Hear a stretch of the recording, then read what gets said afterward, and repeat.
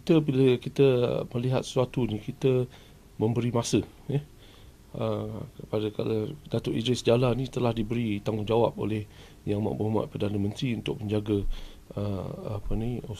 usaha ini, dan tetapi setelah beberapa lama kita lihat tidak menampakkan bahawa ia membawa aspirasi Yang Berhormat Perdana Menteri kita untuk memperkasakan orang Melayu di dalam bidang ini. Dan sekarang saya bukan mengatakan bahawa beliau tak memperkasakan, tetapi menampakkan juga bahawa beliau seolah-olah tidak memberi peluang kepada orang Melayu di dalam bidang ini untuk maju ke depan. Dan persepsi yang kita lihat selama ini, apabila kita sebut saja Melayu, tidak layak, tidak berupaya, ataupun tidak ada daya saing yang ni. Saya nak mengingatkan bahawa Petronas pada hari ini, sehinggakan ia menjadi a Fortune 500 company, telah dibina daripada landasan from the ground up oleh Yang Berhormat Almarhum Tun Razak, Tengku Razali, penglibatan dengan Tun Azizan, Tun Dr. Mahathir. Ini semua orang Melayu, sehingga hari ini ia telah menjadi satu syarikat Fortune 500 yang terkenal di merata dunia. Kita bukan saja nakkan kita bukan satu pengeluar minyak yang besar di dalam negara kita kalau berbanding dengan jiran-jiran kita, tetapi kita adalah satu negara, dan Petronas ni terkenal sebab mereka meneroka negara-negara luar daripada Malaysia ni, dan membantu negara-negara pengeluar minyak yang lain, sehinggakan pendapatan mereka pun sudah melebihi daripada pendapatan daripada pengeluaran minyak di dalam negara. Jadi ini semua dikendalikan oleh ramai orang Melayu, menunjukkan yang ada kebolehan, ada keupayaan, dan ada niat untuk membangunkan negara kita oleh mereka-mereka ni. Jadi persepsi yang seolah-olah orang Melayu ni dia dalam oil and gas ni semua dia tak ada upaya, ini adalah salah, dan saya rasa persepsi ini adalah persepsi yang jahat yang hendak ni.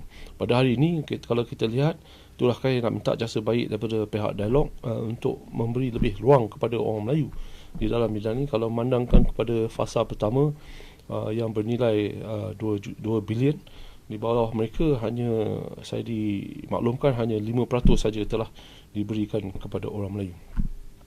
Jadi kita minta jasa baik beliau. Tetapi juga Datuk Sri Idris Jallah ni adalah dalam satu situasi ataupun kedudukan yang boleh memainkan peranan yang lebih besar untuk menentukan peluang yang lebih adil diberi kepada Melayu. Hari ini bila kita lihat, bukanlah kita nak minta peluang ni kerana ia adalah hak kepada kita, hak orang Melayu, bukan. Kita nak minta supaya peluang yang sama rata diberi, sebab kita dah boleh bersaing. Masalah sekarang, kalau dulu kita meminta atas nama hak Melayu, tapi hari ini kita minta atas keupayaan yang ni, tetapi nampaknya peluang yang adil tidak diberi kepada pemain-pemain Melayu di dalam bidang ini. Ini saya bawa hasrat yang disampaikan oleh saya oleh orang-orang orang Melayu di dalam bidang ini. Jadi nampak gaya saya pun mintalah jasa baik Yang Amat Berhormat Perdana Menteri untuk meneliti dan mengikut.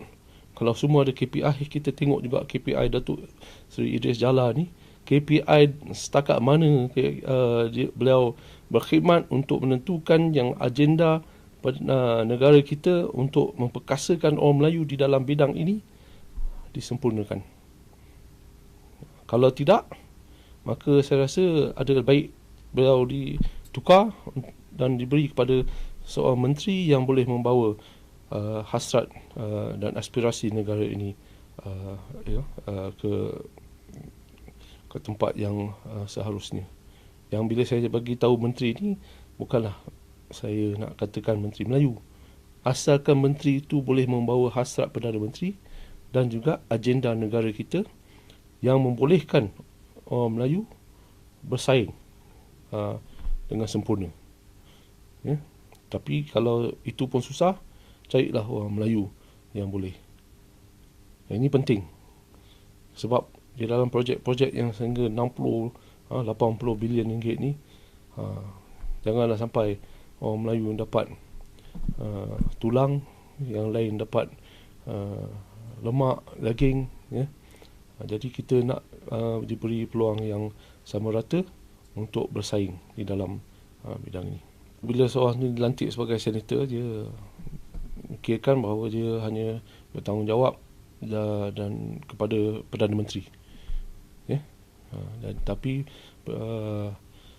Perdana Menteri kita pun memberi tanggungjawab terhadap ke atasnya, ya, dengan sifat yang ikhlas, memikirkan bahawa hasratnya dapat direalisasikan oleh menteri, bukan saja Idris Dahlah, semua ahli di kabinet telah dipertanggungjawabkan oleh Perdana Menteri untuk membawa hasrat dan agenda negara kita ke tahap yang membolehkan kita mencapai tahap taraf negara maju di 2020.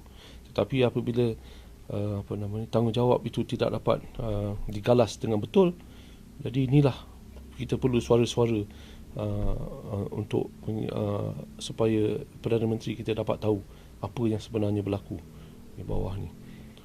Jadi memang sebaiknya seorang menteri itu dijadikan calon supaya beliau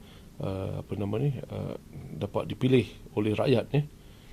Jadi beliau tahu macam mana rasanya untuk nak berkhidmat, ya. Pelantikan dengan pemilihan ni lain.